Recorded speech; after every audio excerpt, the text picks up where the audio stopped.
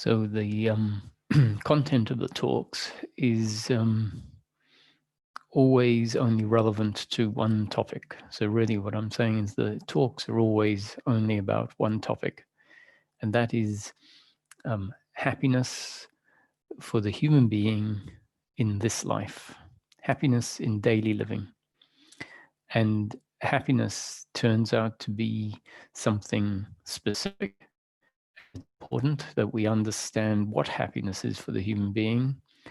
If there's a chance of our system, our organism changing such that that happiness becomes our experience of life.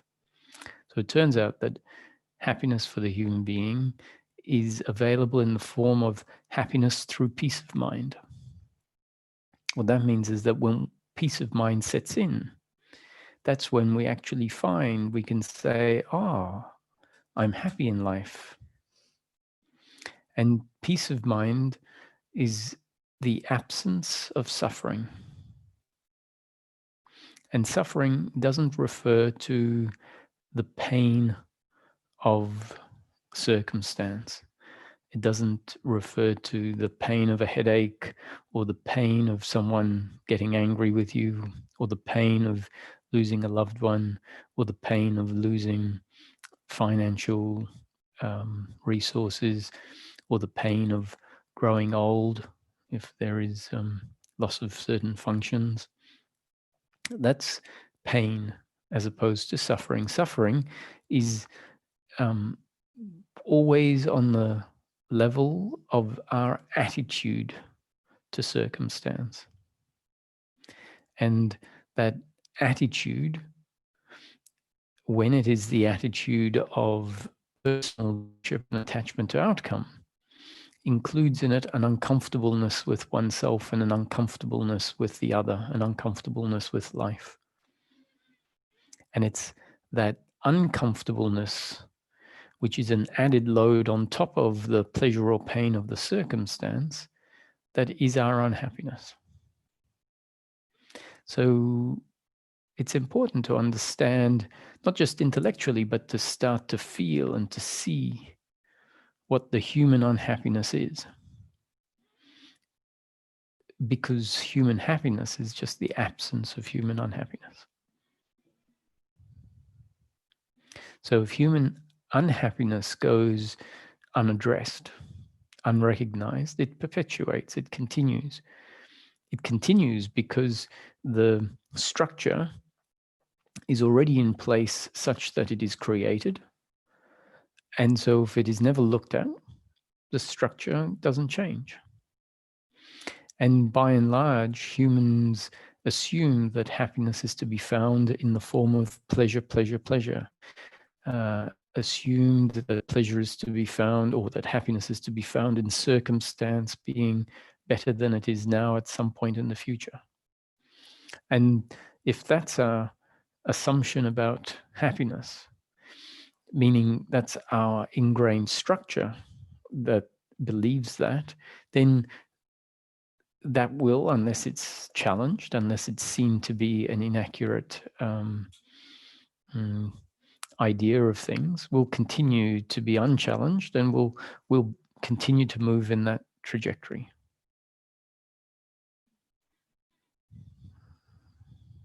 Hence, it's very important to hear that the happiness that's available, the happiness that the spiritual masters have been speaking about, is happiness through peace of mind. And peace of mind is the end of suffering. And suffering doesn't refer to circumstance, doesn't refer to pain in the moment.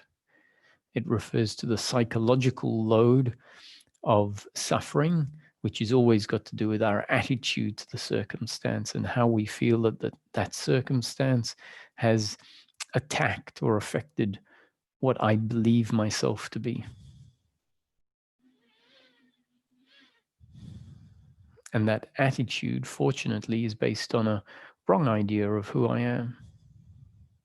So there's a wrong self-image, inaccurate self-image that comes based on not understanding how life unfolds, And when there's a misunderstanding about how life unfolds, this misunderstanding about who I am and who the other is gets put in place as part of the broad misunderstanding of life. And that misunderstanding of who I am is actually a psychological self-identity. And that psychological self-identity is what modulates, what acts as an intermediary between life and our experience of life. And so if we have an intermediary that is prone to adding a layer of uncomfortableness onto the experience of life, then it means our experience of life is going to include this layer of suffering in it. And if the psychological identity, which turns out to be due to a false perception of life and oneself, falls away, if it gets dissolved or gets challenged, gets weakened, then that layer of suffering that is inserted or integrated into our life experience ceases to be there. And the difference when that happens is the absence of suffering, and it is experienced as what a relief.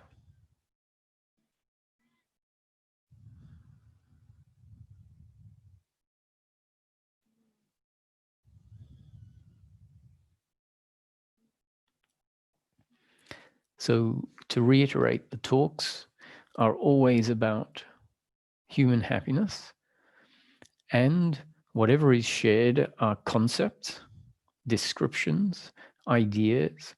So they're not the truth. Nothing that anyone has ever shared,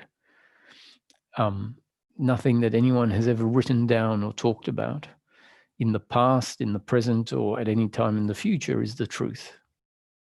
They are always concepts. And a concept is very useful at describing things.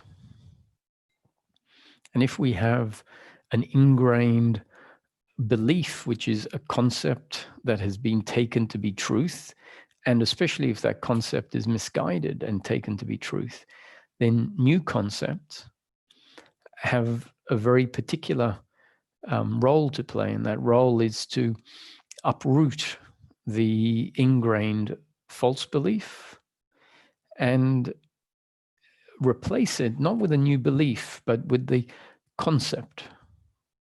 And the difference between a belief and a concept is that a belief within this framework is a concept, a description, which is always relative and from a particular angle,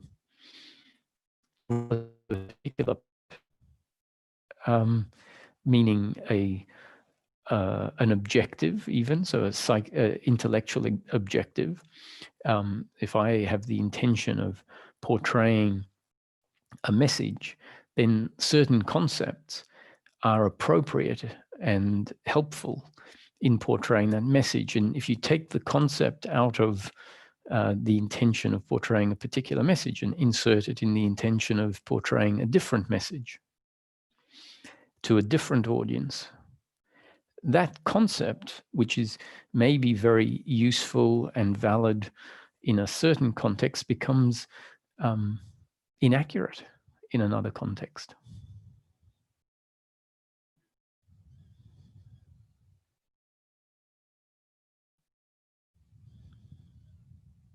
So relative to the objective of happiness in daily living, we can make certain comments about life, about the human being.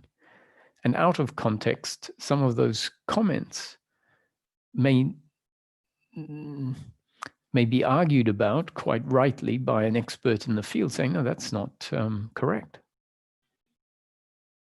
Because it's being taken out of context into another sphere, essentially.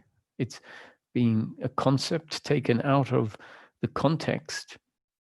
And so now it's being used in a different relative way. So that's what it means by all concepts are concepts and not the truth. If they were the truth, the statement would hold true regardless of the context, regardless of the angle from which you look at things from. And so an appreciation of this point goes a long way. It allows us to start recognizing how it is that sometimes we don't listen to concepts as concepts. We take them to be more than a concept, and we interpret them as being some sort of absolute truth.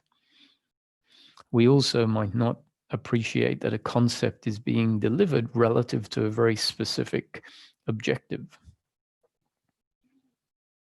And if we're not clear of what the objective is, then we can't listen to the concepts and understand what the implication of the concept is.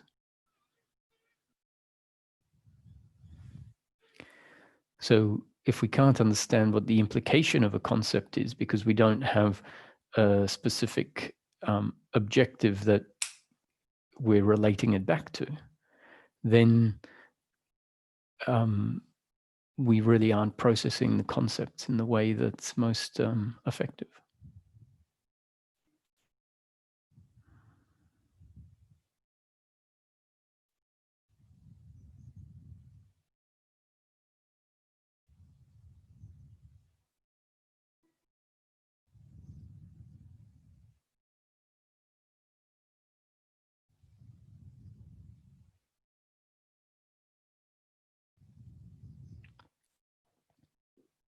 So that's the purpose of the opening of most of the talks, which is, these talks are about something very specific.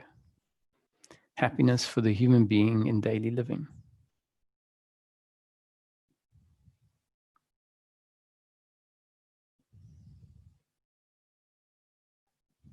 If someone were to come in and listen to the content, thinking that maybe it's about absolute statements about science, for example,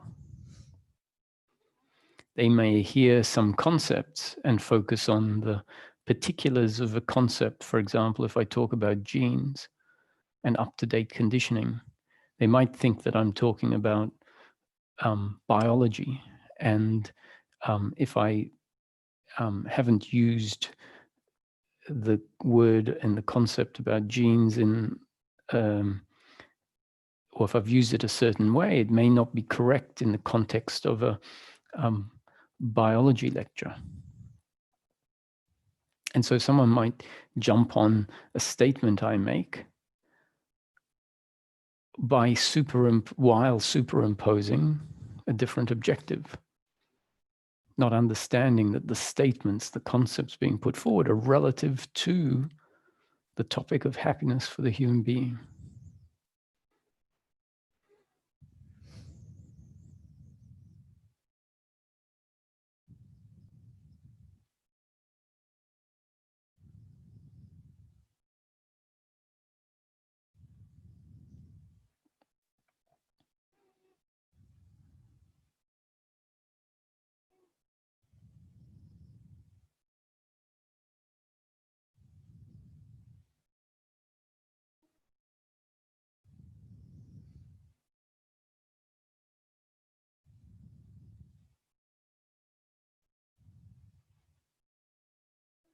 At certain points in the talk, I'll talk about the human being as being a mechanical instrument.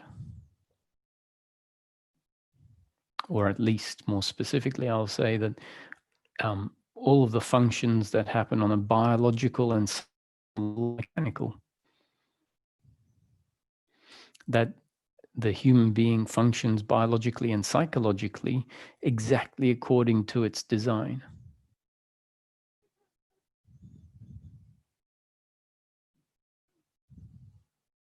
And that how we function in each moment is determined by the circumstance we find ourselves in and the structure, the design of the human being, which includes two main factors, only two factors really: the genetic structure, which really means when I talk about genetic structure, I'm talking about not specifically within the whole organization, the subset that are referred to as genes, but rather the genetic structure and how it expresses itself, meaning brown hair, green eyes, certain structure of the brain, certain twitch muscles, how tall someone is, whether they have predispositions to certain illnesses, their temperament. All of that is a result of the genetic structure and how that genetic structure has been influenced by the environment moment after moment after moment. And those two factors are factors that the individual is never in control of.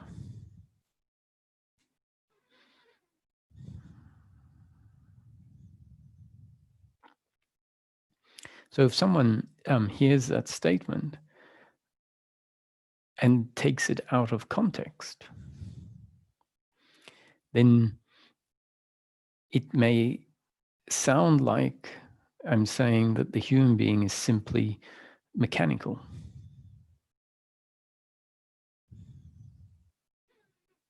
Whereas what's being said is that the human being on a biological and psychological level functions exactly according to its genes and up-to-date conditioning.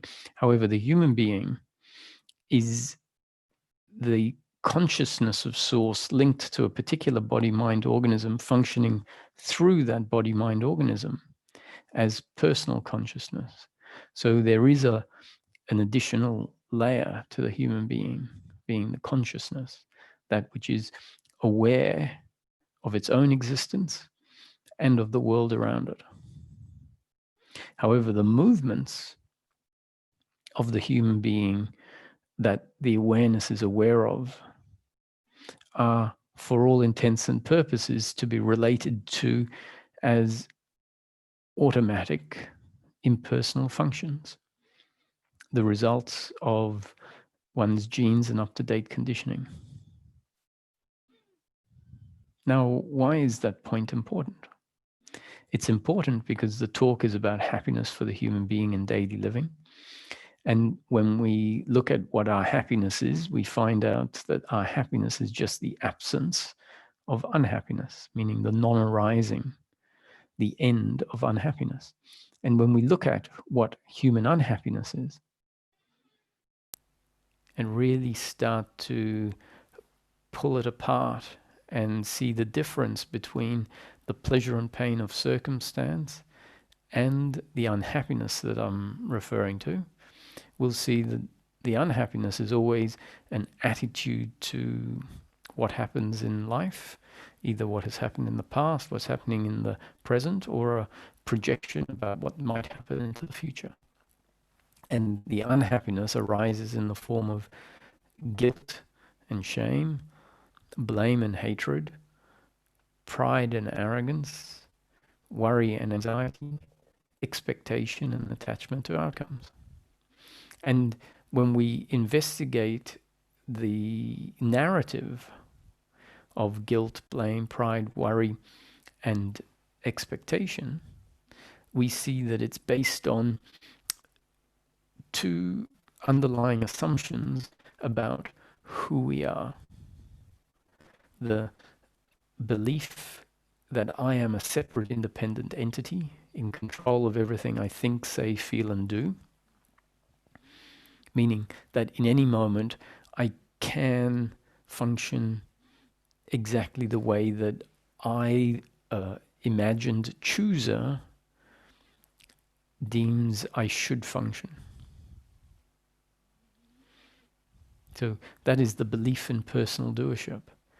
And the other assumption is that my happiness is to be found in outcomes, that outcomes are what is most important to who I am. So guilt is the projection of personal doership onto the other, saying, the way you acted was not good. It delivered pain to me or someone that I love, and you should have done it differently.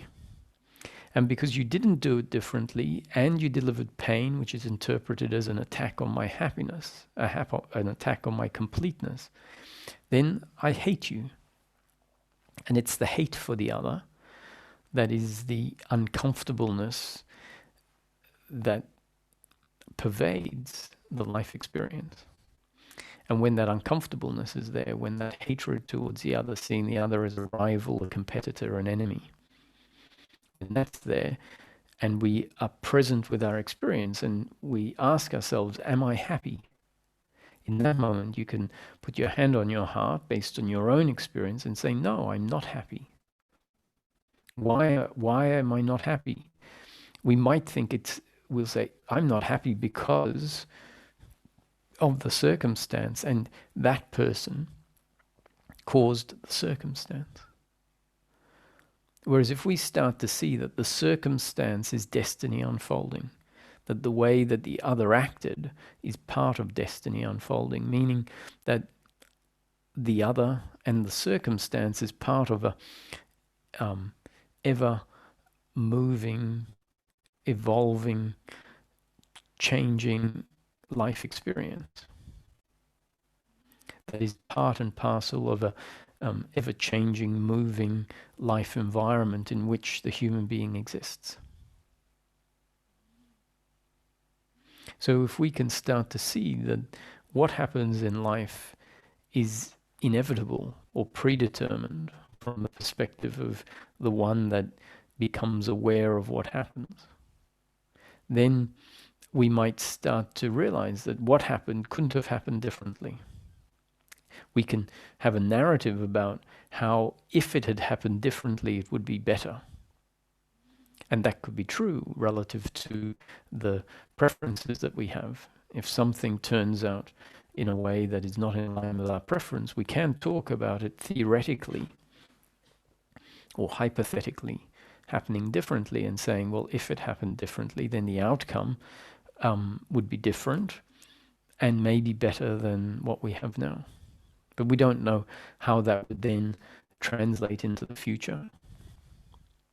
But more importantly is the very relation, the very attitude to life having turned out differently, if we believe that that is a real potential, is a misinterpretation of how life actually turns out.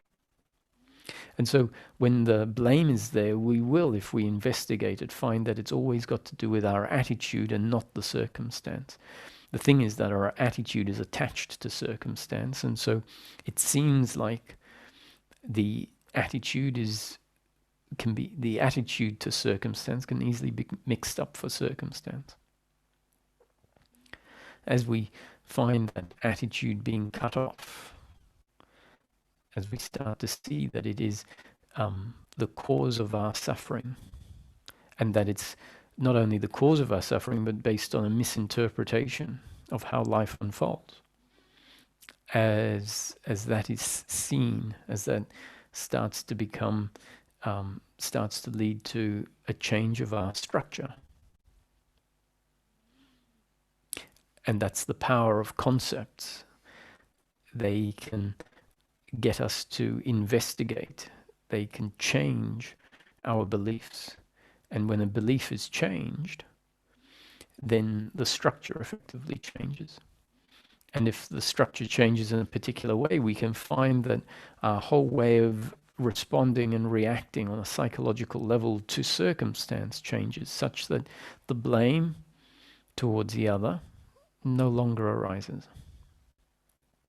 And it doesn't persist horizontally in time for hours and days, weeks, months, years even.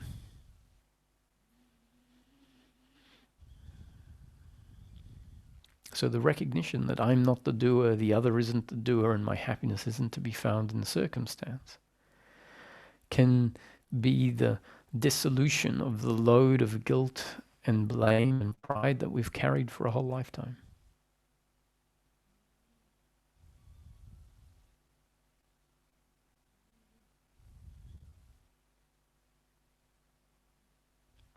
So human happiness is essentially an evolution or a change from experiencing life as an attack on who I am and forcing the attitude of blame and guilt and pride and worry and anxiety and expectation to be there.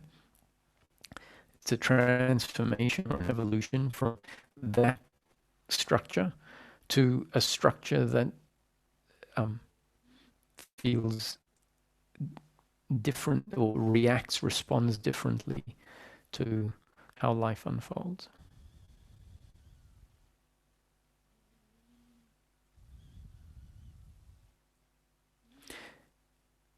It's life that put in place the false psychological self, the idea that I'm the doer and my happiness is to be found in outcomes. And it's life that changes that. And how does life put that identity in place? It puts it in place in the way that was described earlier, that the human being is a result of, on a biological and psychological level, a result of the genes and how they grow throughout life and how life impacts those genes based on the new conditioning that is delivered moment after moment after moment.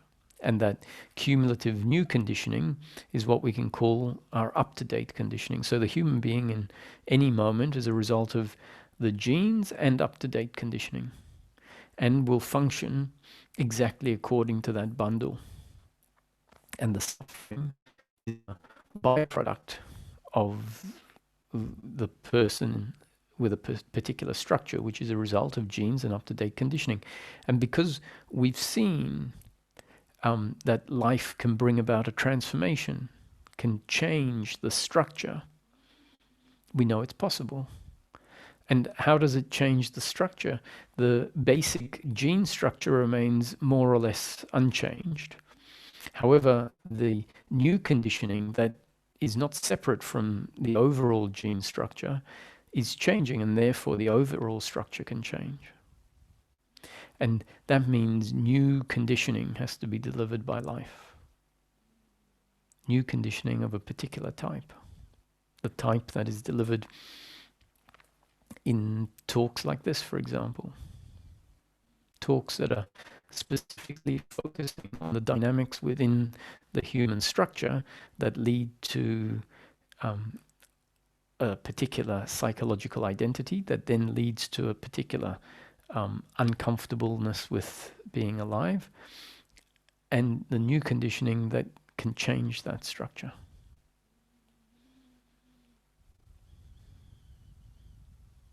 So attitudinally, it's worth starting to look at life as if it is a story unfolding according to God's will. Now, because I say God's will, I don't mean to say that I believe in a God.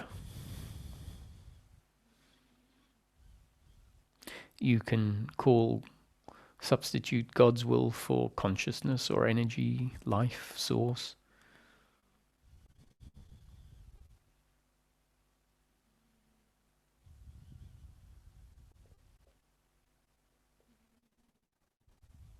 The reason that God is left in there is because the recognition that we are not separate from life engenders a certain relationship to life. Now, if we misinterpret or don't appreciate the nuance of life, someone might say, well, if we're not separate to life, how can there be a relation to life? Because relationship requires two, and two implies separation. And so life is a paradox. It can be very much that there is one with parts to it, and the parts are not separate from the whole.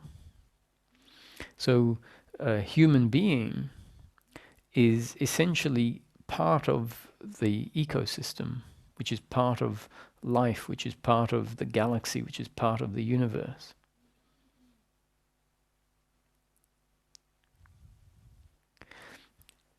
And at the same time, there is a individuation, an expression, so we can say that life is expressing itself as many, but the many are not separate from the whole.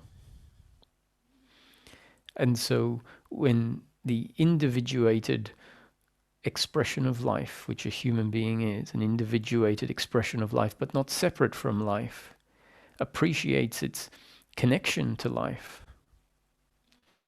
there is intuitive gratitude to life for what it delivers, for the sustaining qualities, for the circumstance that unfolds. So if you were to rest up against a tree, and if you felt supported by the tree, you can be in relationship with the tree. And if you walked away and realized that you walked away in a moment of distraction after having spent 15 minutes in some sort of relation to the tree, you may feel like, oh, I would like to thank the tree for its support. Now, that doesn't mean you are talking to the tree in English and saying thank you. Thanking doesn't have to happen in that way. If there is a connection, an energetic connection, then maybe the communication can be a communication energetically.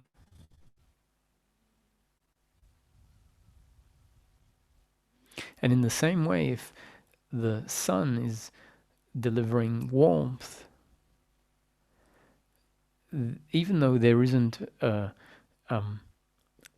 mind that we are thanking, so often we think of things relative to ourselves, so we know ourselves as a conscious being, and so we think that if I'm thanking the sun, I must imagine the sun as a conscious being. Whereas if we see that the human being as a whole, including its consciousness, is an expression of life, and the sun is an expression of life, and we need the sun. We can't survive without the sun. The sun, in an impersonal way, is delivering resource to us. And so the impersonalness of the resource is sustaining. So there's no reason why there can't be thanks for the resource in a non-personal way. So if we appreciate that we are sustained by life, it means there can be an appreciation for life without needing to be thanking some psychological entity, some psychologically created entity. It's just a natural exchange. There has to be thanks for something that is delivering a sustaining quality. And it's an impersonal sustaining quality. So the thanks is impersonal.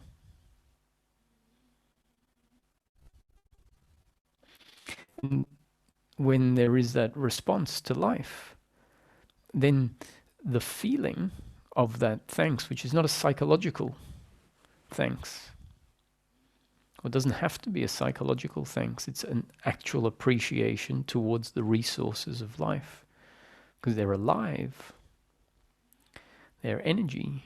The tree has has life flowing through it, then that can create a certain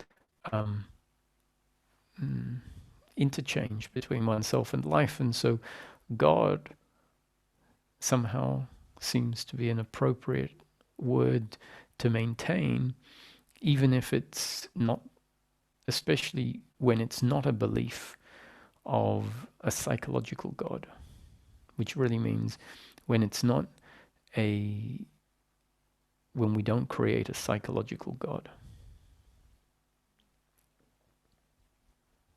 We don't attribute characteristics to God beyond the characteristics that we know.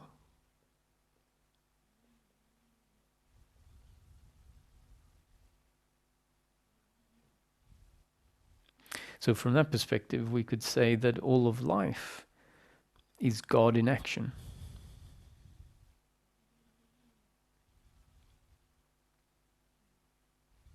That the development of life, the evolution of life, is God in action. And that we are part of God in action.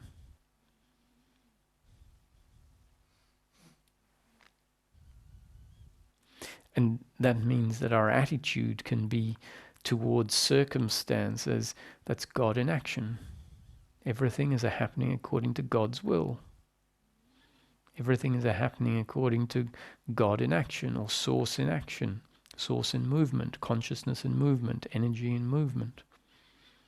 And we are not separate from energy in movement. We are an expression of energy in movement. And if this becomes our attitude, which requires us to start to sense life that way, to feel life that way, which happens when the limiting beliefs that we have that see life differently start to fall away, then it becomes obvious that what is happening is not my doing as a separate independent entity, but rather life in action, and some of what happens is a result of life functioning specifically through this body-mind organism. And some of life is life functioning through other specific body-mind organisms. And if this body-mind organism delivers pleasure to the other or pain to the other, that's destiny unfolding. And if the other delivers pleasure to this body-mind organism or pain to this body-mind organism, that is life in movement, that is destiny unfolding, that is God's will or God in action. So life is always an expression. And the attitude of personal doership can start to dissolve because it's not congruent with that way of seeing life.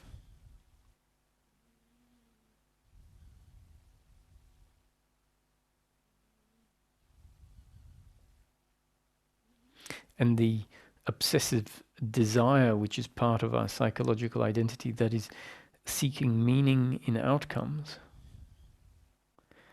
can also start to dissolve when it's seen that that movement of seeking meaning and contentment and seeking for life to be okay in some imaginary future, when life is theoretically more ideal, meaning circumstances delivering more pleasure. Hopefully at some point we see that that isn't where happiness is to be found. In fact, that attitude towards life is perpetuating an uncomfortableness. It is acting as a layer between, or an obstacle that prevents an experience of life free of this uncomfortable desire, which is really a false idea of who we are.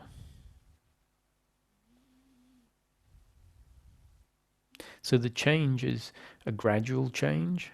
There can be points along the gradual change that feel much more significant than other points. There can be points along the way, or events along the way, insight in particular, that feels like it is got nothing to do with causality, and feel like it has nothing to do with the intellect. And the reason it feels like that is because it's a movement of the intellect that is often not is often not triggered. It's a collapsing often of a old way of seeing things and a revelation of a new way of seeing things. And because the collapsing and the new way is not a regular way that our intellect forms in the normal development of thinking, when it happens that way, which is usually a reverse or a collapsing of belief systems, it feels like it has nothing to do with the intellect, whereas in fact it's very much got to do with the intellect, but it's the intellect in a way that we're not familiar with.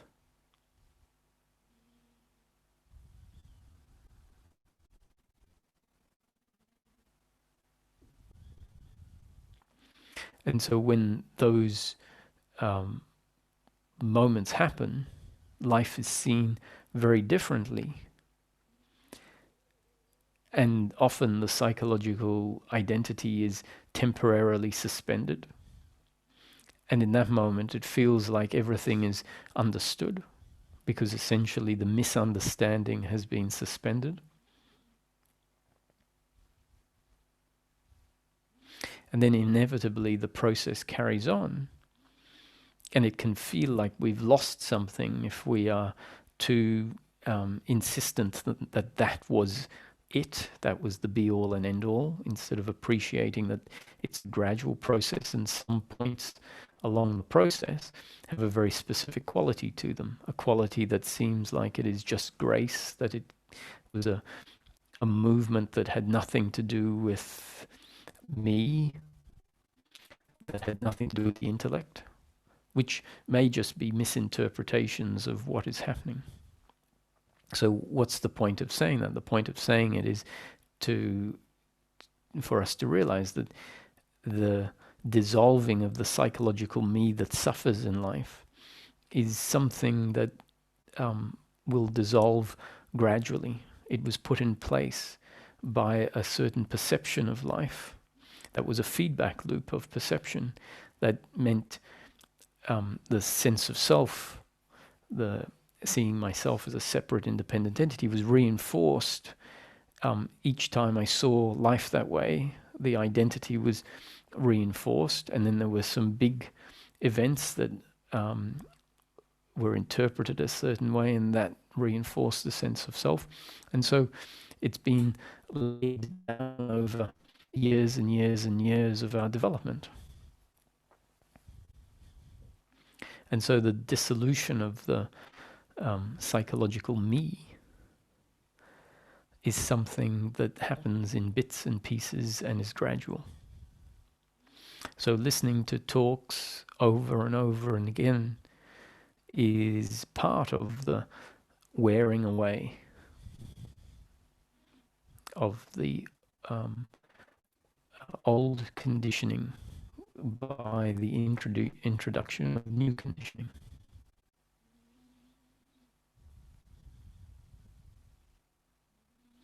So let's open it up for some questions.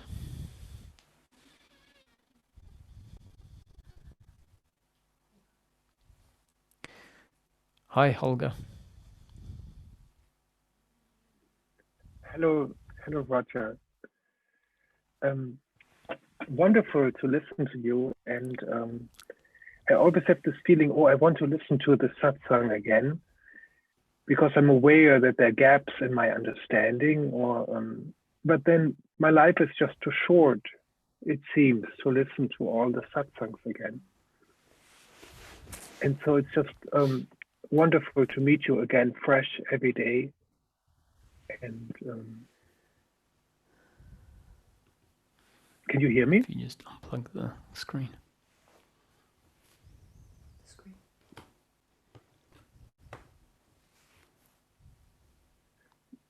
Roger, can you hear me?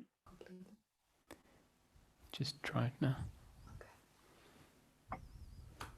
1, 2, 3, 4, 5. Okay, Can you hear me now? Yes, oh, we wonderful, can. Wonderful. Good. Thank you, Roger. It's so beautiful to listen to you. There's so much clarity. And I always have this feeling, I want to listen to this again, to this satsang. But then it's just so much. I mean, it would take lifetimes maybe to go back to all the things I believe I did not yet understand. But there is a deep sense of just, if the objective is really only happiness, then this is wonderful because I don't need to understand all the details.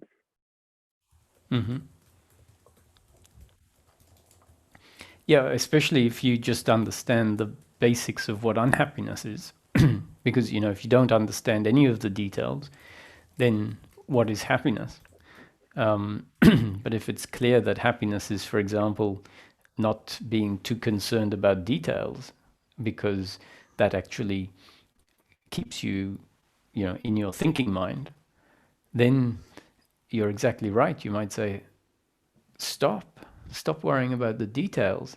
And you might find in that moment that there is happiness, which is simply the absence of a form of unhappiness. What's interesting that you mentioned today that concepts are always in a context. Very important point, yeah. And there, I think I screwed up let's say I annoyed many people because I just seemingly talked about things out of concept. But what's the core concept? The core concept is I am. Or is no, this again I would say, just the context? You said you often talked about things out of context, right? Other people complained that I talked out of context. Yeah, but because the word context and concept are quite close, so I just wanted to make sure you were saying out of context. That's very important because it's a very frustrating critical thinking error. So it's the absence of critical thinking when someone jumps on something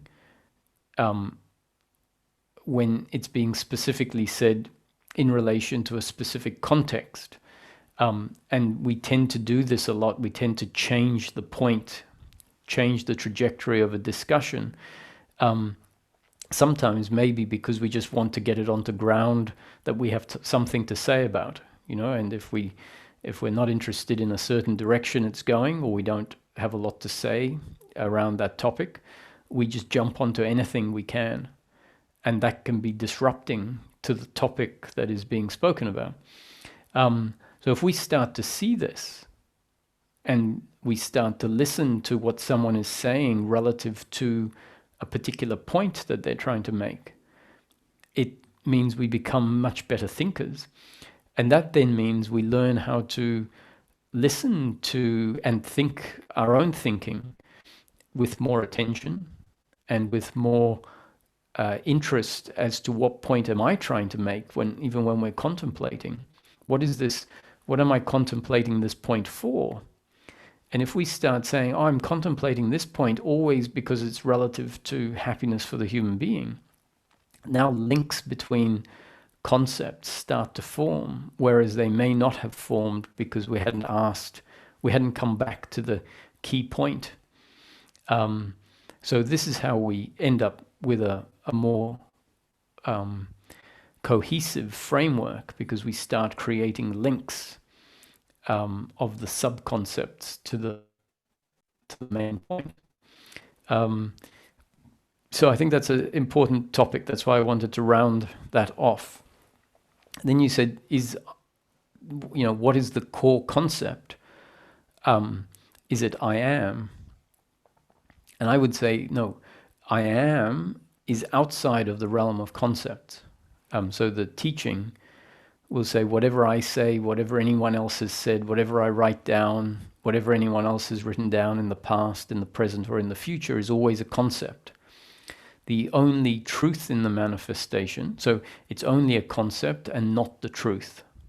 And then the next part of the concept, or the next concept, is the only truth in the manifestation, meaning the only truth in daily living, is the impersonal sense of I am. So that concept, when we listen to it, it's delivered as a concept. The only truth in manifestation is the impersonal sense of I am. Hopefully we get thinking, we hear the first thing, whatever I say, whatever anyone else has said is always a concept and not the truth. That doesn't mean don't pay attention to concepts. Concepts are very useful at delivering information and communicating points.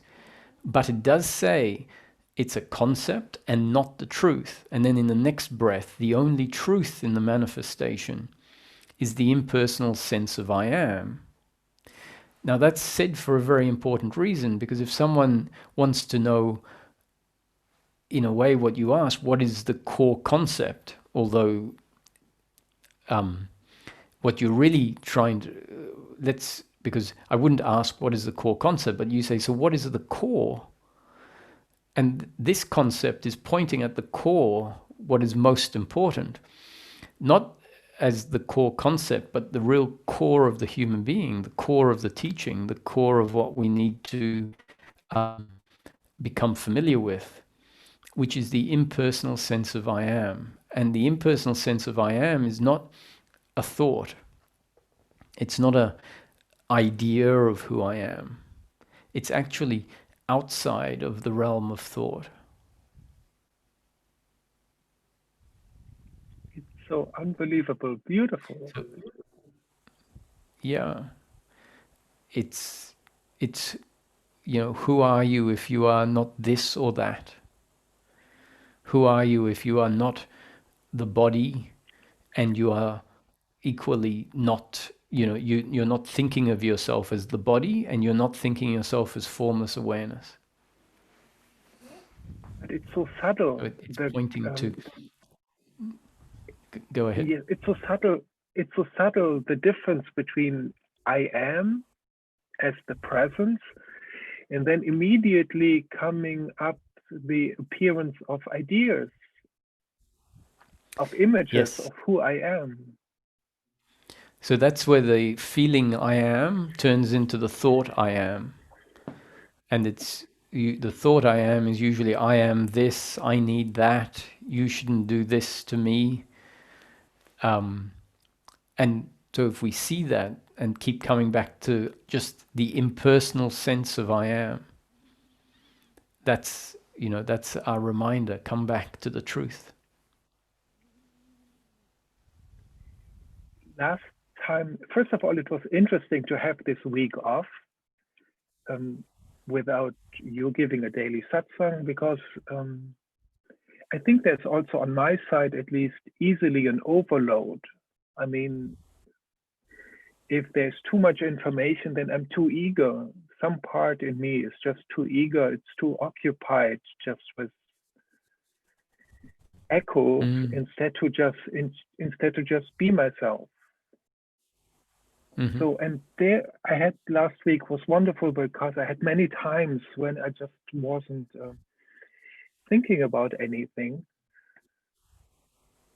And this was nice, was really valuable to me. And what was also beautiful, I went on Monday morning, I went back here to your Zoom room, and I met some other people, and we started talking, and then we also met basically every day. And this was so wonderful, just to, it's so precious to have another human being in front of you, because usually everything happened inside of my own head. I mean, I was reading books, I was listening to talks, but this was always one-sided, and I never really could express myself or hear myself. It's so interesting just to hear myself, because I really have no clue actually what comes out of my mouth. And Uh-huh. this is so fascinating. Well, I'm glad that the space kept getting used. I guess anyone can go in at any time. This is nice to hear. Yeah, and so one thing is really the appreciation of another human being who is interested in the same sphere or in the same namespace or in the same interest to discover what veils our happiness. Mm. Yes, I guess it makes it easier when there's someone to bounce ideas off or to Yeah. act as a mirror even. Yeah, it makes it alive. Mm. I'm not sure if you know, maybe you do. It's an opportunity for me to mention it again. It's not a forum that is organized by myself, but from what I understand, there's a discussion group, a Discord server. Just I think you type in Roger Castillo Discord server and it'll come up. And so there is this community around the teaching that is forming, which is nice to hear. And so it provides the sort of space you found last week as well. Yeah, I went to the Discord server, but for me it was too noisy and there was too much ego in this. Hard to explain. It just easily gets too loud. I mean, social media just easily becomes a dumping place just for things instead to just have an atmosphere of respect and gratitude. Mm. And this is what I don't like, for example, about Facebook, or there are just too many distractions. Yes. Yeah. Well, it's a great learning space as to learning how to interact and how not, to just be able to let people say outrageous things and look the other way is, it's a challenge. We often find ourselves intuitively drawn into these discussions, and or not even discussions, arguments often, and debates, and hopefully we can feel what they do to us and realize how easily it is just to move on, and how if you move on, instead of 2 hours of uncomfortableness maybe by getting engaged, you find that after 10 seconds you've moved on and it's gone. And so it's in a way this what's it called, unsolicited social interaction is a great teacher of just allowing the other to be right, which really means seeing everyone has their expression of themselves. And one of the great freedoms I think on social media is you can just let it be. And I mean, not necessarily even let it be in your space. You can easily turn the leaf and then it's not in your space. And it's great to show us how even in the real world you can, when you're sitting in a room with someone, you can just let someone else have the conversation and not get involved. You can get up and go for a walk outside. So this standing up and moving away is without resentment. Just it's not my preferred interaction. Is a great skill that we need to learn, because it becomes one of the things I think we appreciate is where you can spend a whole day and you haven't thought about anyone, you haven't thought about objectives or outcomes, and you realize how fulfilling it is where you're just doing whatever comes next, often without interhuman relationship, and it starts to show that so often interhuman relationship adds suffering in the experience. And then we start to see, my happiness isn't to be found in success and achieving things and proving things and being better than the other and winning arguments. It's actually the turning off of all of those movements, which doesn't mean you won't be successful, but turning off the attachment to that, the investment in that, the feeling defined by that. But the attachment to that is just an absence of my sense of I am. Indeed, yes. So So keep then coming I can back. be always. So there are two things that basically happen at the same time, ideally, that I'm aware of I am and that I'm still engaged with life. Mm-hmm. But engaged, you see, this engaged with life can sound like I have to still participate with, in certain human interactions. Now, I'm suggesting if certain human interactions are inspiring the doership and attachment, we can be engaged in life by walking away from those interactions, and still find ourselves engaged in life. So, let's be careful about the prerequisites we stick in there or the requirements we stick in there, because saying engage with life might make us say, oh, I still have to, I can't just shut down Facebook, for example, or I can't just not see anyone during the week. And I say, well, maybe if those engagements are inspiring suffering, then why not be engaged in life where you're engaged with the trees, let's say, or engaged with nature at the park, or even, frankly, engaged in watching a movie if you enjoy watching a movie or reading a book.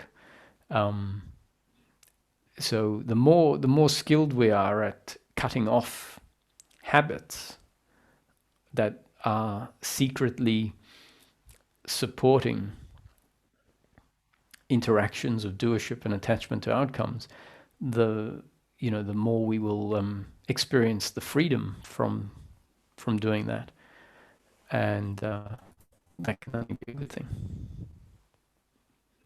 But I don't need to fix anything. I mean, I'm just only need to be aware of I am. This is my only duty, or not duty, but a labor of love, maybe. Or because from there, automatically, naturally, my response comes. Yes, it does. So why, on what basis does it make sense to just to prioritize remembering I am? Because of happiness. I mean, my benchmark is happiness, and I am is happiness. I mean, being aware. Yes, I agree. So what I was angling at is, the absence of I am is usually when we get lost in a narrative, and the more that we see these narratives are just dragging us off track, at least dragging us off peace of mind track, the more we see that, then each time we catch ourselves getting into a discussion that isn't peace of mind, getting involved in the fact that, we haven't done certain things, we haven't achieved certain things, we're not the best. Each time we see that narrative, I am is a dropping out of that narrative and coming into the present. So it's like you said, we do it. The reason we do it is for happiness, and specifically because that narrative is the opposite of happiness.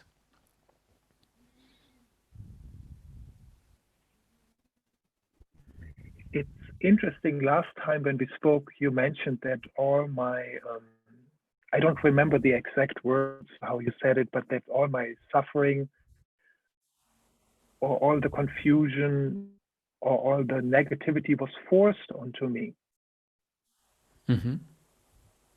And there I had a hard time to accept this, and I'm still digesting it in a little way, because I feel so responsible for my own ignorance in a way. This is just the doership.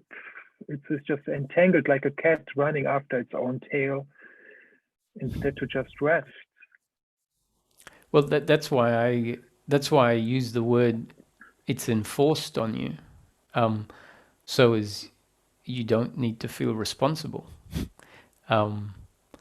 It's the relieving of the responsibility. Well, I'm talking about responsibility as the belief that you did it. So if we say, it's someone drugged you,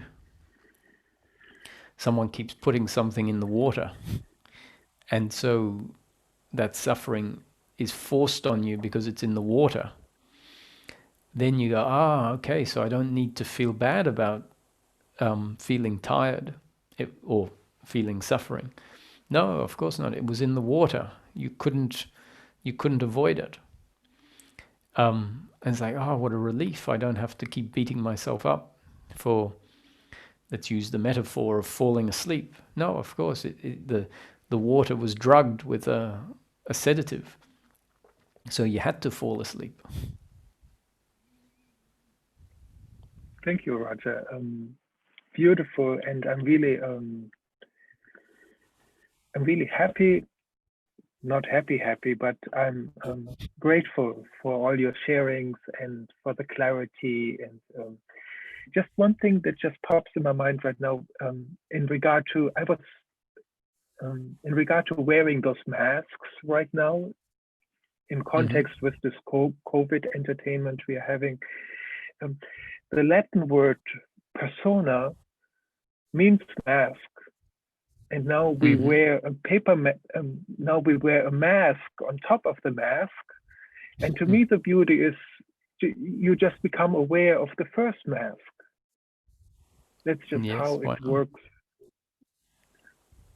It's just interesting. I mean, yes, it is. But let's not be careful. I don't know if you're saying that we shouldn't wear masks, and I'm not saying we should, but let's. Well, I think the psychological mask is a problem. The physical mask is maybe a different thing. Sure. But as you say, using it as a metaphor to see that you're putting a mask on the mask is a nice one. Thank you, Roger. Thank you, Holger. You can plug it back in.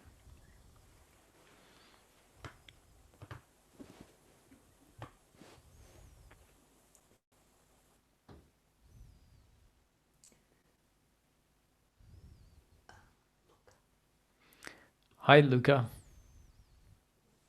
Hello, can you hear me? Hello, can you hear me? Okay. Hello? Can you hear me?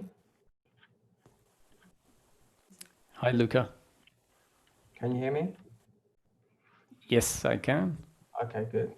So I didn't really have anything specific to say. I just I think the reason I'm here in the live satsang is because of an energy thing. Like I feel like in the high area, especially, I feel like this is like opening, if that makes sense. Right.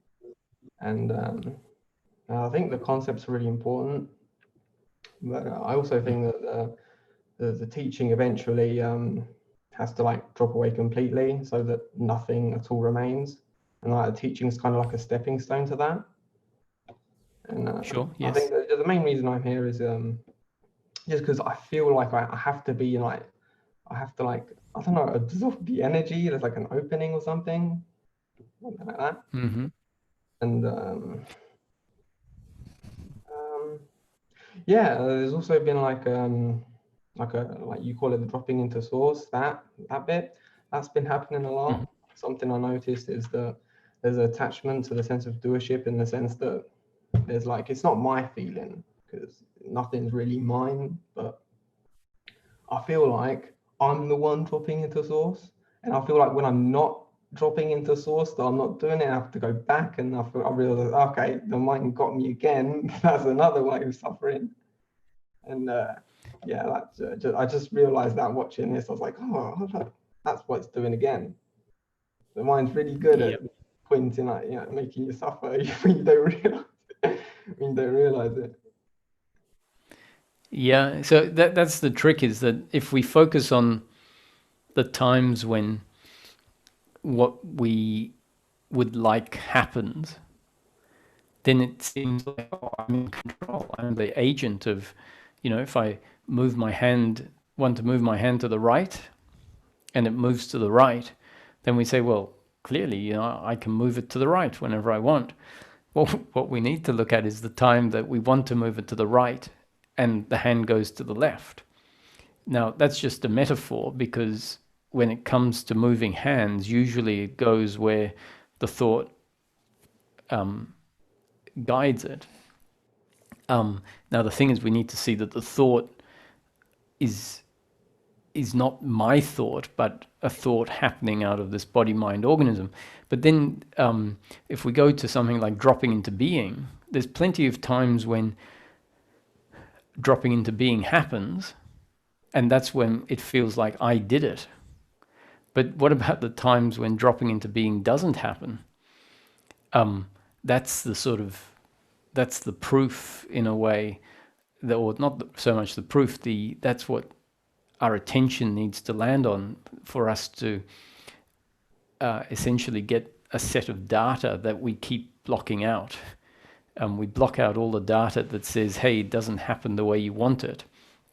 And so it's a bit like tossing a coin, and you call heads, and when heads comes up, you register it and you say, you see, I'm in control of heads coming up.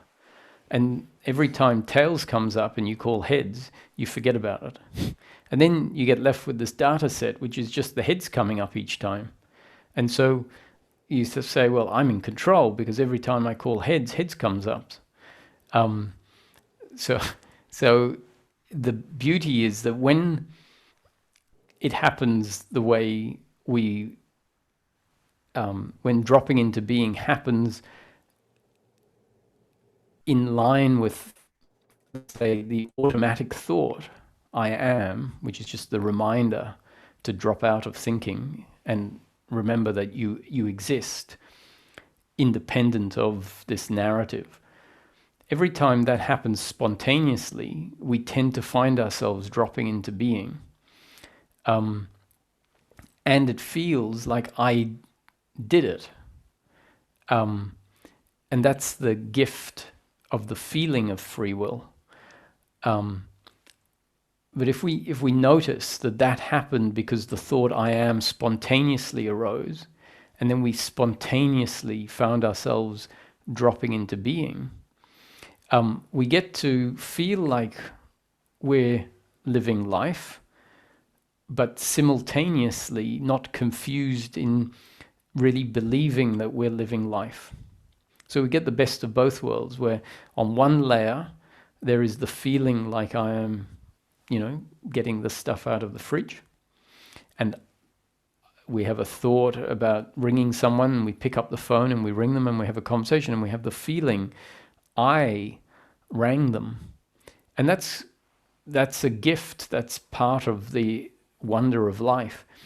Simultaneously, the understanding that life is happening can coexist with that feeling that I am living life.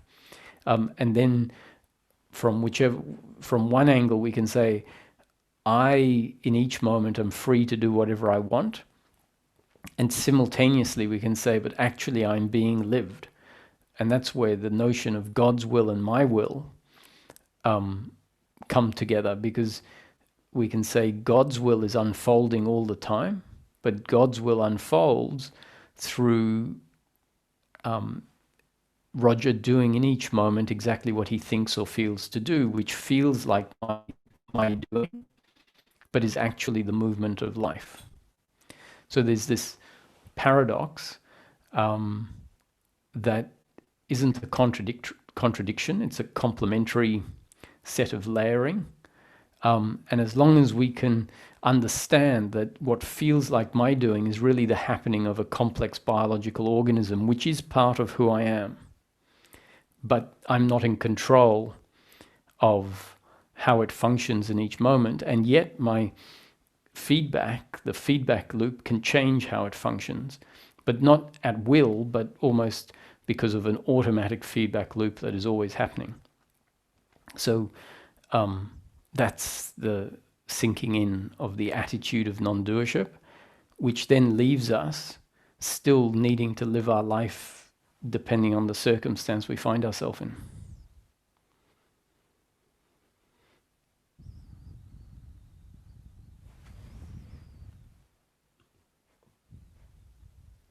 Okay, thank you. I understood that.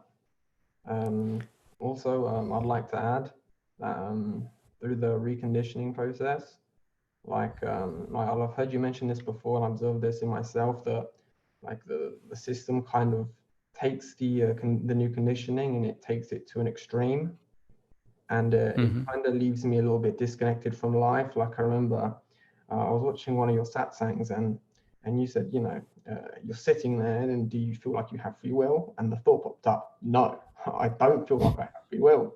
And that's like a disconnect, and you have to like bring it back a little bit, like to center, because that's like, it's like I'm ignoring half of life that way. Yeah. But the truth is, I do have free will. In the experience, I feel like I can do anything. Right? Whatever comes up, that's what I can do. But sometimes you can get a bit, fuzzy. Yeah. So this is worth. It's a great point, and it's a nuance. It's when you really see a theory of something and you really get it. That's very important. You go, oh, I'm not the doer, is what you're really saying. Is that so? If someone says, do you feel like you're the doer?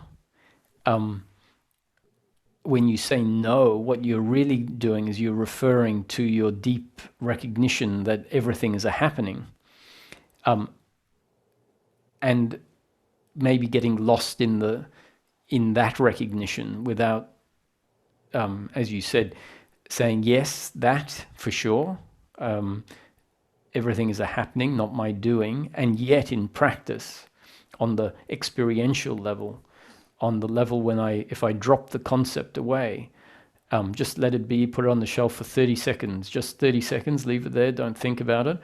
Do I feel like I have free will?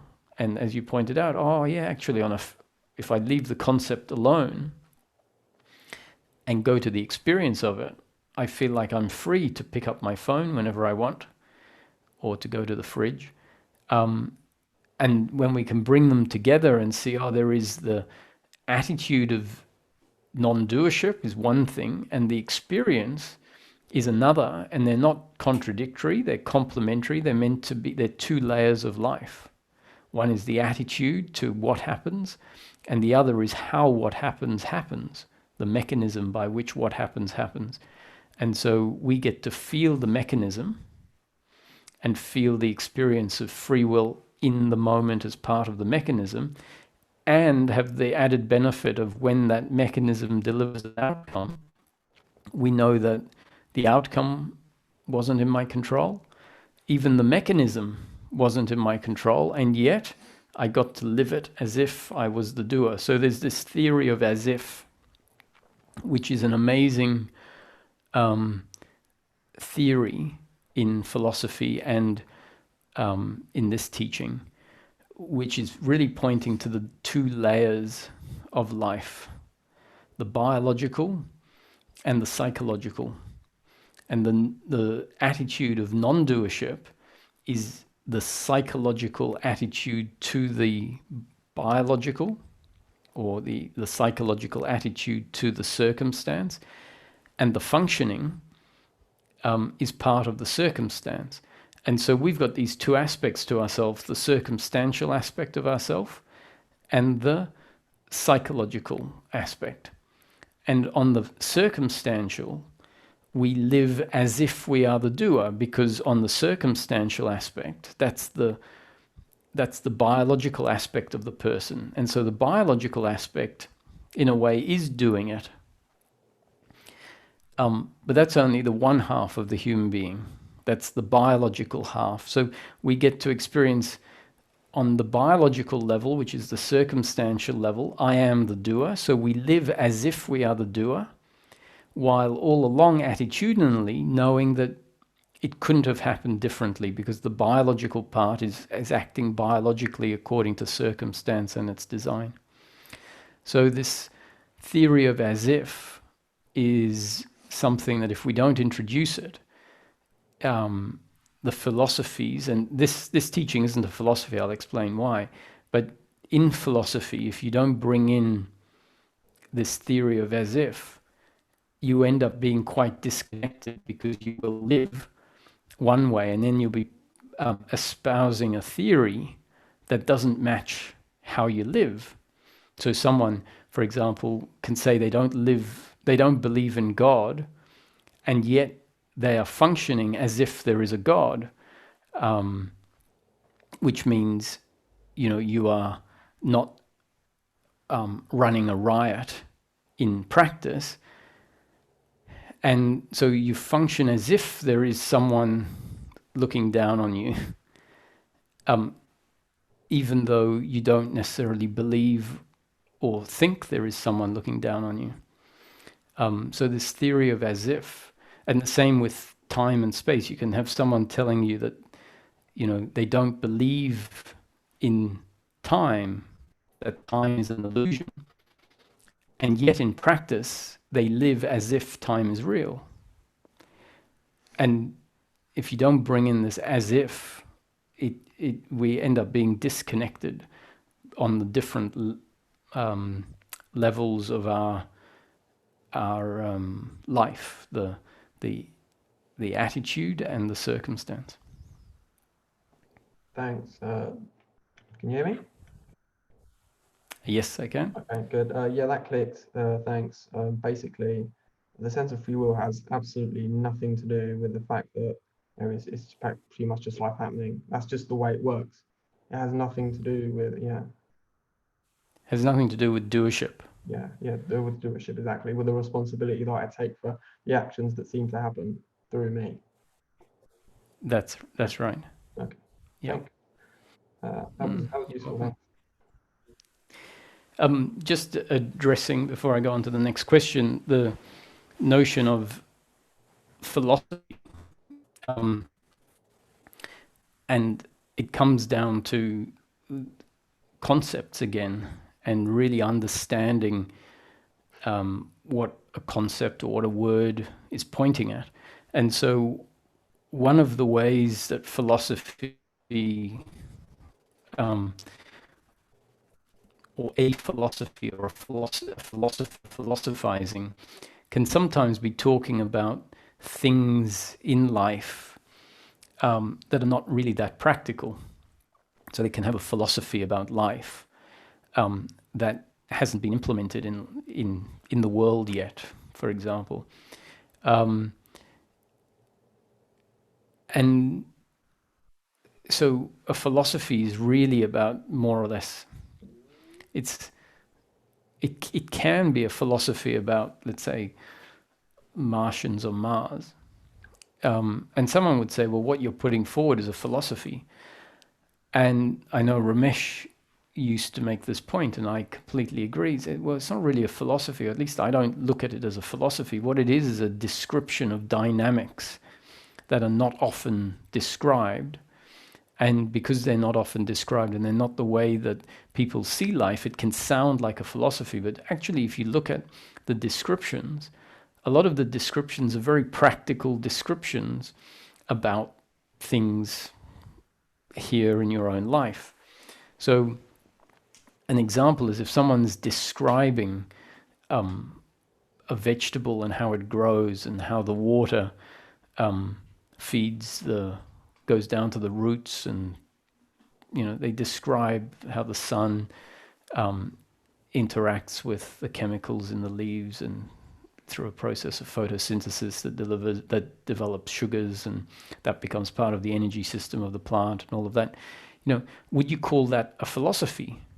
You'd say, oh, you're talking about philosophy. And they go, well, it's not really philosophy. I'm talking about the science, mechanics of the vegetable patch.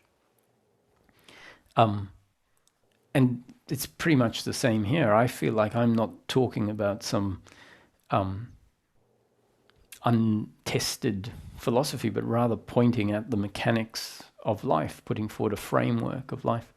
And if we see that, then that becomes part of the framework clicking in. This isn't just meant to be a belief. This is meant to be how we can come to see dynamics that are actually happening, dynamics that previously we weren't interested at looking at.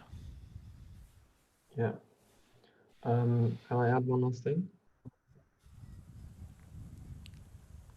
Hello? Hello? Can I add one last thing? Oh, yeah, sure. Oh, yeah. So basically, something that brought me to this teaching was basically I had the realization one day that said pretty much, what am I looking for? Because I'd seen all these non-duality talks and stuff about enlightenment and all this crazy stuff. And I was like, basically, what I want out of enlightenment is to be happy, right? But that's the only reason why you go after it. So out of enlightenment, you expect to be this is it, all the openness and all the love. But basically, all you want is just, love and to be happy. And that's why I kind of just stumbled upon this teaching. Yeah. So.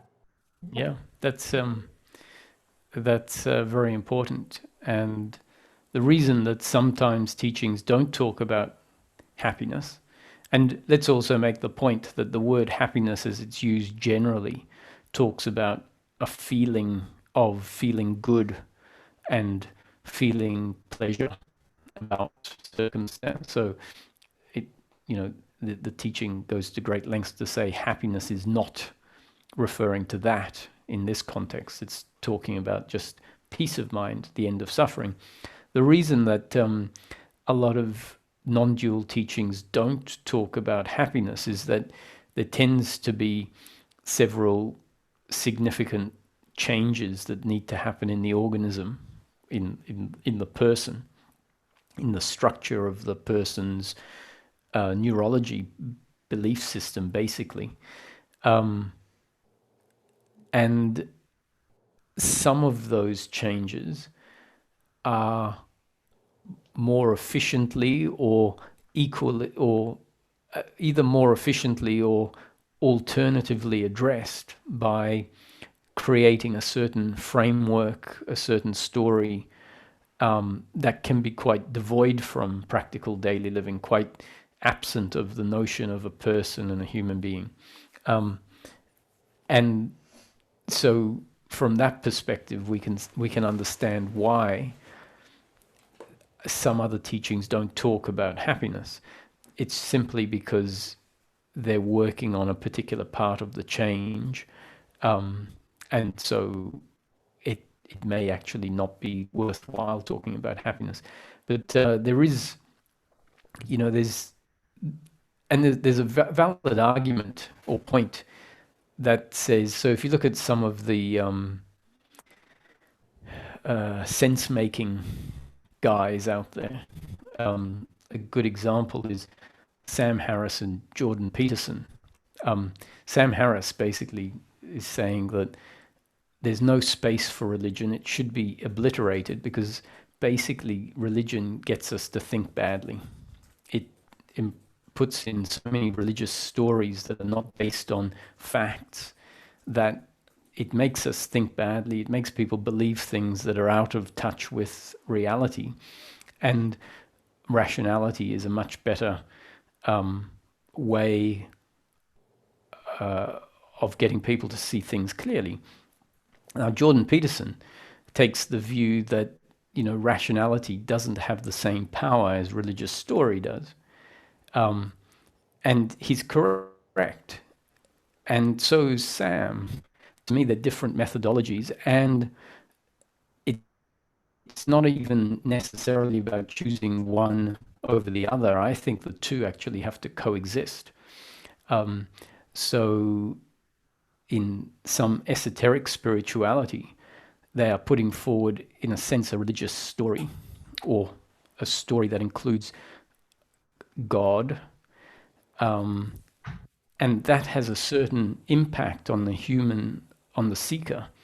It motivates differently to rationality. And so an engagement in seeking, an engagement in a sense of life having a deeper meaning, can be engendered by teachings coming at the problem from a specific angle. And then at other times, rationality needs to take over, because if we keep holding that belief structure that is really there to bring about change, then, you know, as you started off saying, we're not free of the teaching. And so I'm not really arguing for one or the other. I think, in fact, I find it funny when they spend whole debates trying to win which one is needed and which one should be thrown away. Because I see that, you know, spiritual traditions, which I guess someone could argue is the problem, that spiritual traditions are doing the same thing and we should just use rationality. And it's very clear that there's many scientists that are very rational, and they haven't had certain shifts that allow them to have access to a dimension of human capacity, or at least a dimension of the human being. And so then they're talking about rationality without connection to a deeper revelation. So anyway, my point is that teachings will talk about all sorts of things, and there's usually a reason for it. And so I'm glad you came across this and it spoke to you.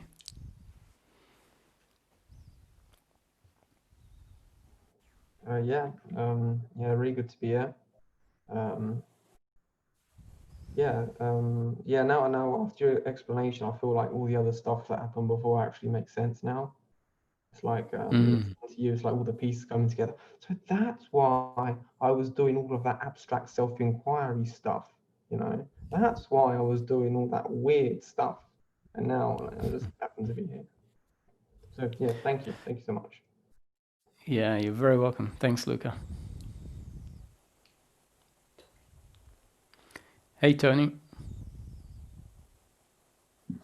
Hey, Roger, do you hear me?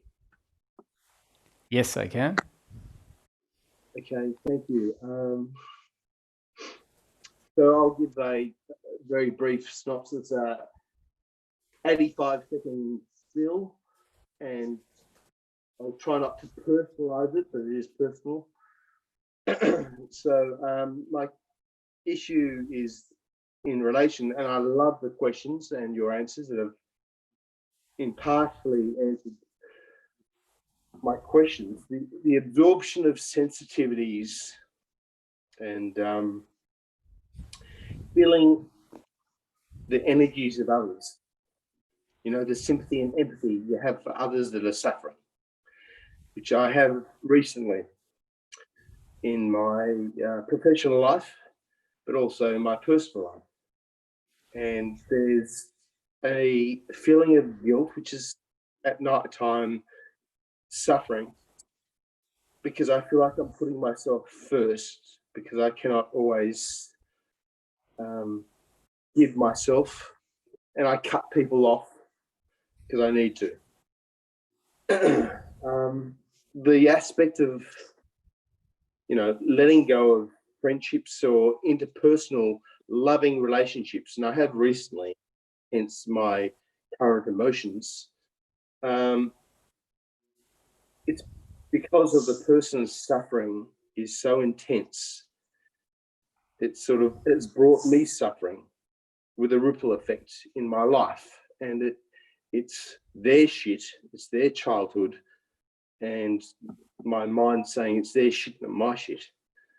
But there's this feeling that, in the concept, there's this a detachment to look after myself so I can focus my energies on more important things, such as my dad's health, who's sick, my sister, various animals that are around my compound, my house.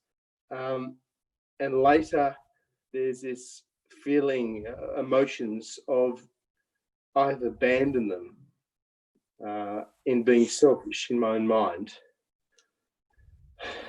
And it becomes because there's this huge feeling of love,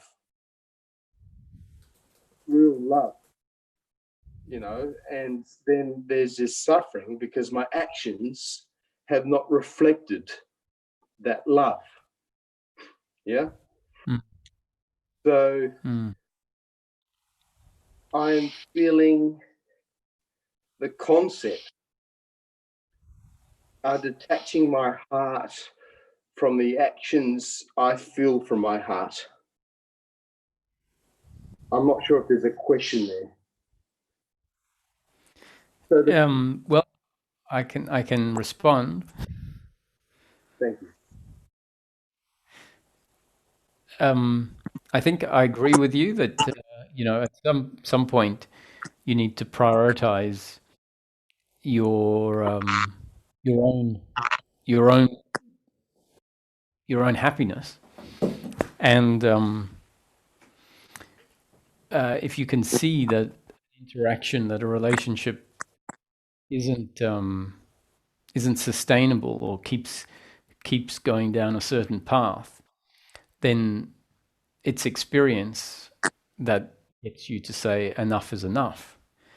And so if you feel simultaneously, if after you say it's enough, you feel like you need to revisit it, by all means, you can revisit it, and it either turns into something completely different to what it was in the past, which is unlikely, or you have a relapse of what has happened in the past, and that just then becomes further evidence that enough is enough. Not because you don't love the person, but just simply because you appreciate that the match is not such that it makes sense in practical terms. And that's important, is to recognize you can bring a relationship to an end without saying, I don't love you. It's like, I see that in practice we don't work well together, if that's the case. If you do work well together and you just have a bad moment, then you can reconsider your decision. So I'm always say, well, if someone needs to get back together again, they'll figure it out based on the experience, because the experience is really, at the end of the day, what that's where the rubber hits the road. That's what you have to live with, the ongoing experience. So if one keeps second guessing oneself afterwards when the experience isn't there, and maybe making a decision from an emotional attachment or a psychological attachment, you'll soon find out based on the experience whether it was a good decision or not. So essentially I'm saying that eventually the decision will get made, really, and then you can have confidence in yourself and not second guess yourself, even though it's going to be painful. There is going to be periods of emotional pain, and that emotional pain may well turn into feelings of suffering, guilt, shame, blame. I Yeah. suppose what gives this some light is it's a projection in a weird way, because in the past, what's happening is mirrored right now. And the people that have detached in a loving, when I say in a loving way, been very clear and just put themselves first, has created such suffering for me to make the changes. The issue Tony has in this doership, which I have, is this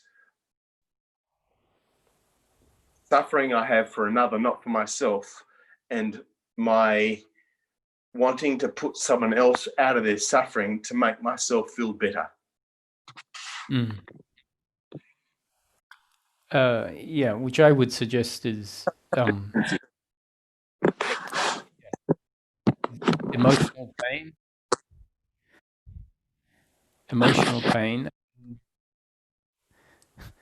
and on top of that, quite possibly suffering, which is then making it unbearable and saying, okay, let me end the emotional pain, which will end the suffering. So it may not actually be about them, but it might be about you not being able to handle the emotional pain, knowing that they're suffering, and then also not being able to handle the involvement in the emotional pain, which is your own suffering. Perfect. Spontaneously, as an example, my heightened emotions, which I'm loving nowadays, is the flow of life, of seeing someone that needs money, or seeing an addict, or seeing there's a litter of kittens nearby. I've got one, Tony is doing his best to, when I've got the time, to alleviate the suffering of others, but I've got to put myself first. But what's happening is later on in my mind, I'm feeling guilty for not putting that extra time in and putting myself first. That's all I have to say there. Well, guilt is suffering. So you, yeah, it life unfolding, both what you did earlier and your suffering. Thanks, Roger. Lots of love, bro. Thank you. Okay, I think we'll take one more question, and hi, Martin. Hi, Roger. Hello, hello. Yeah, I wanted to ask you quite a pertinent question, really. I was looking at Ramesh's webpage the other day, and I found it really interesting that he, these gurus and whatever, but he went on this personal search for happiness and realized that happiness is the absence of unhappiness, which once someone's said it, it's so obvious. But where I'm on my personal sort of journey at the moment, I've been listening to your teachings for a couple of years now. They just seem to be getting deeper and deeper and deeper. And I think in a Satsang the other day I was watching, you use this term of, if you drop a stone in a river, eventually it will hit the bottom. And I thought that's just such a great analogy. And yeah, the stone is now dropping for me. I can see that, experience it, or whatever. Right. Yeah. But this concept of life just unfolding, that we don't have any control over it. It's just all in the can, and it's showing like a film. I can see that. But I've hit the point in recently where I know that my life circumstances they're not to my preference, but they're okay. And I'm very, very lucky. But I don't know what to do, Roger. And I find myself saying this to people, one in particular, and she says, well, you'll know what to do when you have to do it. And I know she's right, but it's very, very uncomfortable being in this position of really not knowing what to do in the next 5 seconds, let alone in the next 5 minutes or 5 hours or 5 days. And I just wondered if you'd had this experience yourself, and what happened, you know, what, sorry, yeah, that's the question. Yeah. You know, I haven't, well, I've had that experience as a glimpse, really, and it surprised me, because it showed me actually that it made it clear why a question like yours makes sense and why people ask it, is that you can either feel very sure about what to do, or you can feel completely disconnected from any sense of what to do. Yeah. And I think that by and large, I've felt very sure of what to do. But I do remember a particular time when in the seeking, when I said, look, I have to be able to know to feel what to do next. Otherwise, I'm going to have to just sit on the couch, because I didn't want to be functioning from a place of not knowing. So essentially, I took the line that was, if you don't feel like doing, if you can't feel what to do, it means sit on the couch and wait. And I don't mean sit on the couch as if you feel like sitting on the couch, because by default, if you can't feel what you feel like doing, you're not even feeling like sitting on the couch.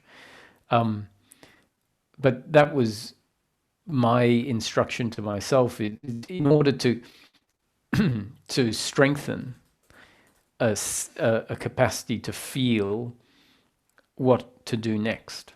And some important points around that is, when it comes to making a decision, often in theory, a decision is there about a certain subject, right? Are you going to go on holiday with so-and-so in 2 months' time? And they say, you know, let me know in the next 2 weeks.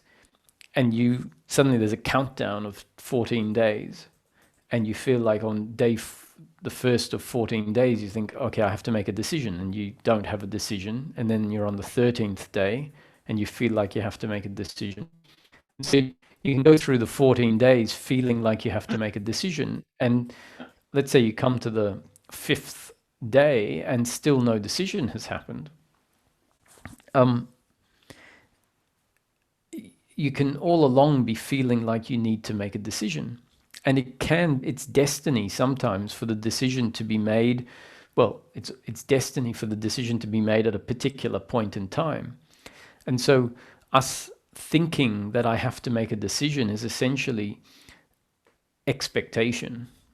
It's us trying to superimpose what we think life should look like, meaning life includes me making a decision.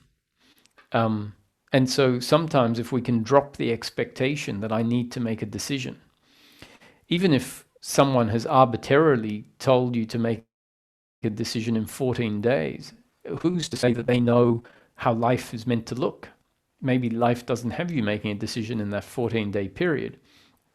So my attitude is, if there's no decision that I can feel, it's destiny for there to be no decision made. And so if you get to the 14th day and there's still no decision, then I used to ring up and say, look, I'm sorry, I haven't been able to make a decision. So, take it as a no, or if you can wait and it's not interrupting your plans, well, wait and we'll see if I come up with, if a decision happens, which can sound airy-fairy for someone, so you might not even say that. You just might say, look, no, I'm going to have to say no, simply because you don't have a yes.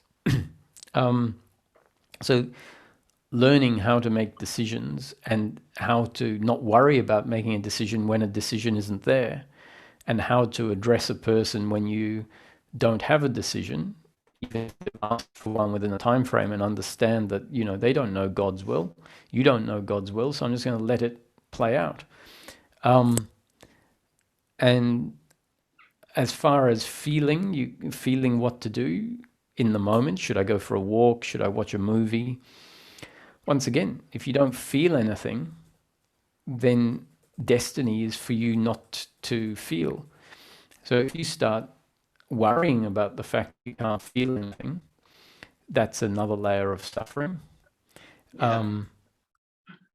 It might be that practicing this, dropping into your body and really starting to try and feel, and sitting on the couch till a feeling arises, instead of just doing something that you don't really feel like, because then you know, you might get in the way of the feeling coming up in the space of you not making any decision. And so if you keep making a decision from not feeling, you may be perpetuating this habit of making decisions from not feeling, which prevents a feeling of what to do from arising a bit later when you've relaxed. And so to round all of that off, the answer Ramesh used to give was this. He'd say, okay, so now you've heard that everything in life is completely predetermined. So now you might have the question, if everything in life is completely predetermined, how should I live my life? And he said, it's really simple. In each moment, do exactly what you think or feel to do, with no regrets in the past, no expectations in the future, and no complaints in the present moment. Knowing that whatever you think or feel to do, or whatever you don't do, is destiny unfolding, is God's will unfolding exactly as it's meant to unfold. So he said, with this attitude, life doesn't necessarily become easy, but it definitely becomes simple. And why is it simple? Because he's saying you don't have to follow any rules, i.e. Ramesh isn't giving you any shoulds or shouldn'ts.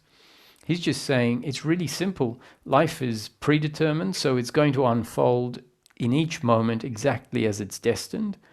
And your job is to be the mechanism by which it unfolds. And that your movement is not your doing. So he said, so now you can act as if you have complete free will, knowing that that's the mechanism by which life unfolds. So he said, it's really simple. Just take one step at a time.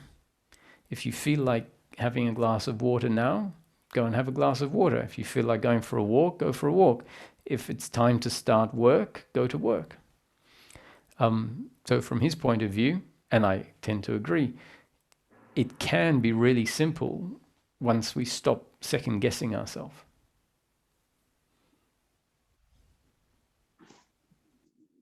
Yeah, I totally get that, Roger. It's a very interesting explanation. I was quite interested in Ramesh's letter to God as well, that I read on his website.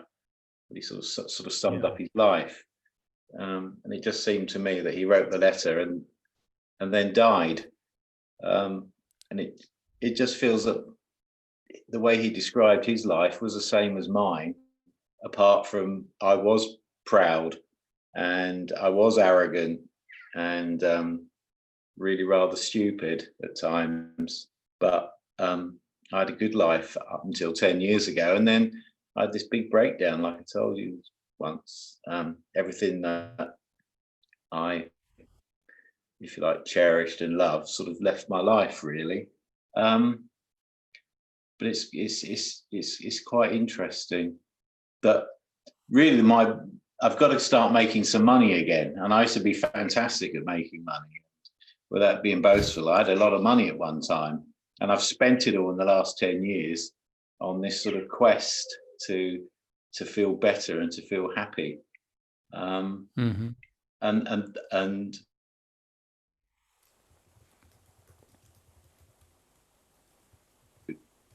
in order to make money again, it's quite frightening.